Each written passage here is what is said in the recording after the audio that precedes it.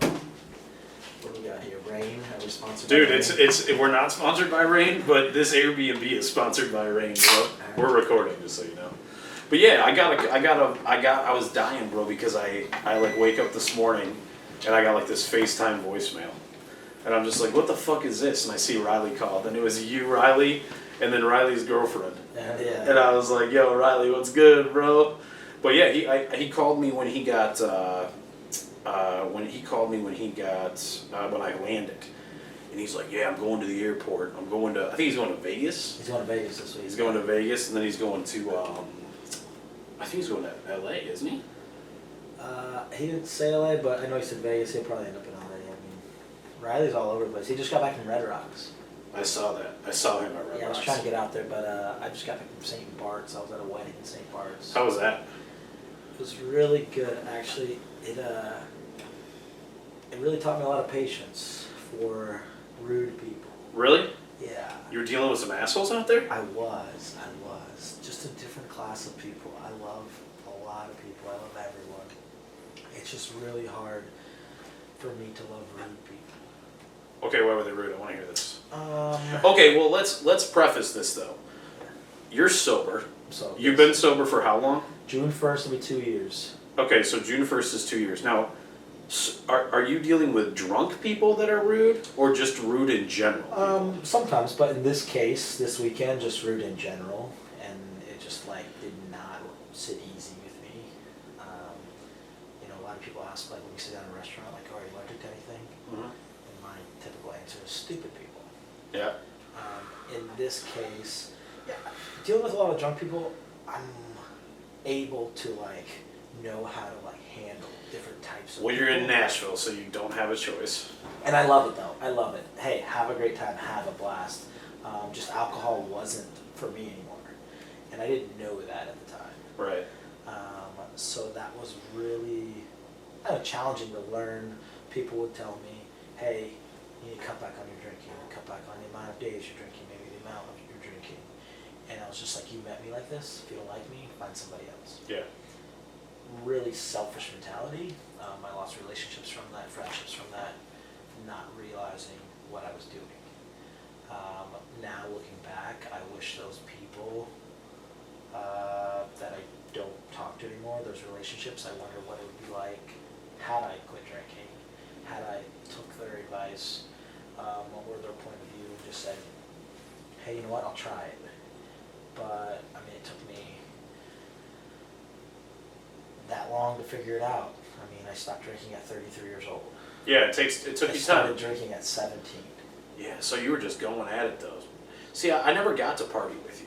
I mean, I've gotten to party with you, but like I've never seen you drink. I've never been around you when you've been drinking. And the ones... Which I'm thankful for based on that. Right there, in a lot of ways, you know what I mean? The ones that did drink with me, I share those memories with. And yeah, of course. Forever somewhere in Nashville, and most are back home, but the ones that are in Nashville that know me drinking, I mean, it's kind of a different side of me that they got to see, got both sides. So I feel like you got to almost like reinvent yourself when you got here in a weird way. Yeah, 100%. I mean, it was. I lived here full time, almost 4 months when I quit. And now, did you go to like a rehab or anything, or you just quit yourself? no, I quit myself. I learned how to almost do my own detox. Yeah. It was very challenging. Because most of my friends were like, oh, come on, take shots. So I didn't really have like the positive influence, or the sober influence, I should say. I'd still walk in the bar, bartenders would throw beers at me, put shots on the counter, and I'm just like, no. So it was really hard to learn. Self-discipline is really what it was learning to say, I want better for myself. Right. I want a better life for myself. Learning to say no is really what I got addicted to. Which is great. What do you think is the biggest benefit to you not drinking? Like, what is? I mean, I know it's probably really hard to pinpoint one thing because I'm sure there's been a lot of things that have improved for you. But what would you say is like the most, just in general, been the one thing you're most thankful for? Man, my confidence is at an all-time high. I'm so comfortable with myself and who I am, and the confident person that I am. I have no problem with going up to talk to anybody. I have no problem with, Tommy's a fucking ladies man, Hey. so everybody knows. it's not only that, man, I'm comfortable with like, I mean, it doesn't, like the risks that I would be intimidated by before, hey, I don't want to do that, maybe, oh, that's a little out of my comfort zone. I mean, I'm willing to take the risk that maybe I wasn't willing to take before, just because I don't need alcohol to kind of have that liquid courage a little. Yeah, there's no conditioning to it. It's just you the whole time. Let's go, let's Yeah. rock and roll, you know? Yeah, that's one thing where I definitely struggle is like I have an ego. I'm fully fucking aware of that. And then like when I drink, it gets to here. You know what I mean? And then like if I do cocaine, it gets to fucking way up, right? And it's like, and then I'll learn like there's certain times where you know, you realize you're like, oh, like you'll go through a situation. I'll be like, I don't really need alcohol or anything, you know. And it's just like you kind of get a glimpse of it. So I've been thinking more and more about it recently. I'm like, I just feel like I'm just gonna get to that wall where I'm just like done with it. I think a lot of people now, sober's trendy.